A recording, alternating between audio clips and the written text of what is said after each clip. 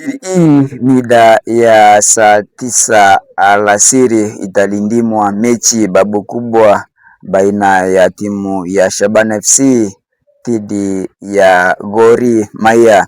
Mechi hiyo italindimwa katika uga wa Nyayo Stadium Jumapili hii saa 9 alasiri. Kumbuka ya kwamba Shabana FC walikuwa wameahidiwa kitita cha milioni 1 iwapo watashinda mchuano huo, na upande mwingine Gor nao wanang'ang'ana kuliendea taji la msimu. Kwa hivyo itakuwa ni mechi ya kukata na shoka. Wanaume 22 watakuwa wanatoana jasho, na kumbuka ya kwamba timu zote katika raundi ya kwanza zilitoka sare ya 0-0 katika uga wa Gusii Stadium. Nao sasa Shabana FC itakuwa ugenini dhidi ya Gor Mahia, mechi ambayo itakuwa ni ngumu sana. Hiyo mechi tumesema ya kwamba imeratibiwa kuchezwa katika uga wa Nyayo Stadium Jumapili hii mida ya saa 9